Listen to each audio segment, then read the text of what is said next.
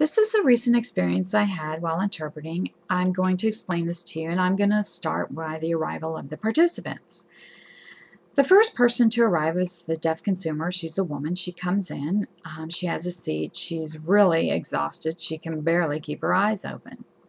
The next person to arrive is the deaf interpreter. He walks into the room.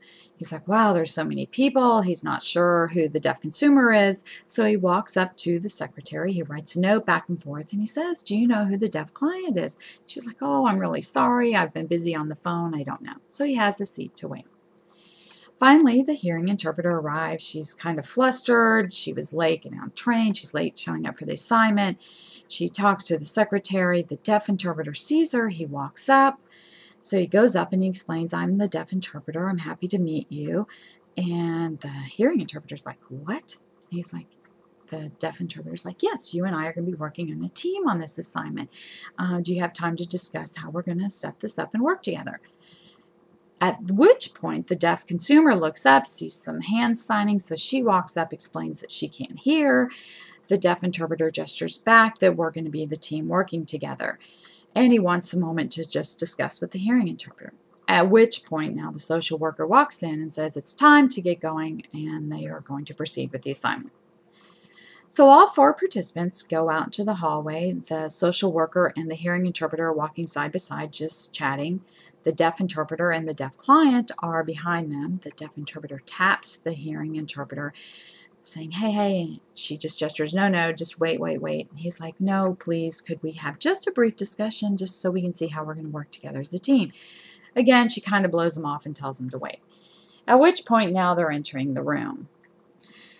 So as they enter the room, they all begin to have a seat, and the social worker sits down with the deaf consumer directly across from her. The hearing interpreter takes a seat to the left of the social worker, and the deaf interpreter comes and says, would you mind sitting next to the deaf consumer?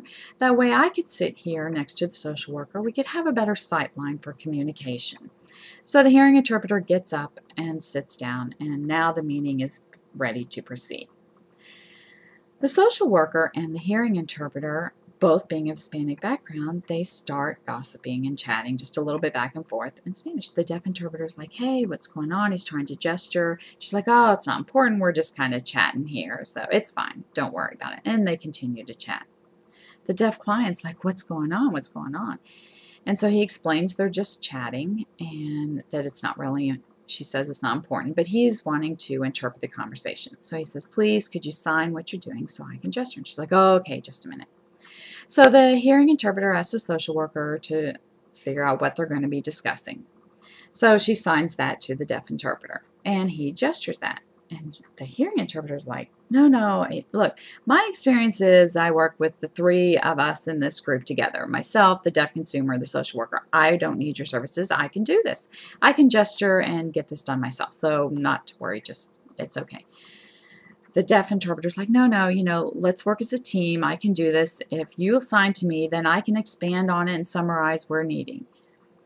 The deaf consumer by this point is getting really confused and not sure what's going on, and she's trying to focus on the deaf interpreter, and she's stating that things aren't clear.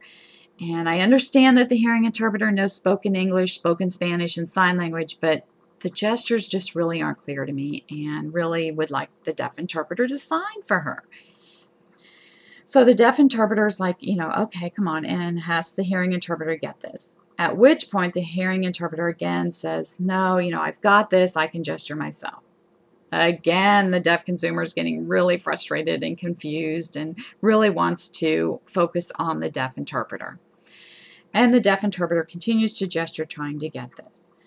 The meeting's going on, and the hearing interpreter finally says, look, I've got this. I don't need you to do this. I can gesture and sign for myself. So this continues on for several minutes for the assignment to go forth. Finally, the assignment's over. Everyone stands up. They're shaking hands. The deaf interpreter approaches the hearing interpreter. He says, look, can the two of us, have just a short time debriefing, just discuss how this went? Hearing interpreter's like, no, I am so busy. I have got to run. I'm sorry. I can't stay and chat with you. The deaf interpreter's like, please, just a few minutes. I'll walk with you to your car. I just want to discuss how this happened. Just a little debriefing. She's like, no, no, I've got to go. I'm sorry. And the hearing interpreter bolts.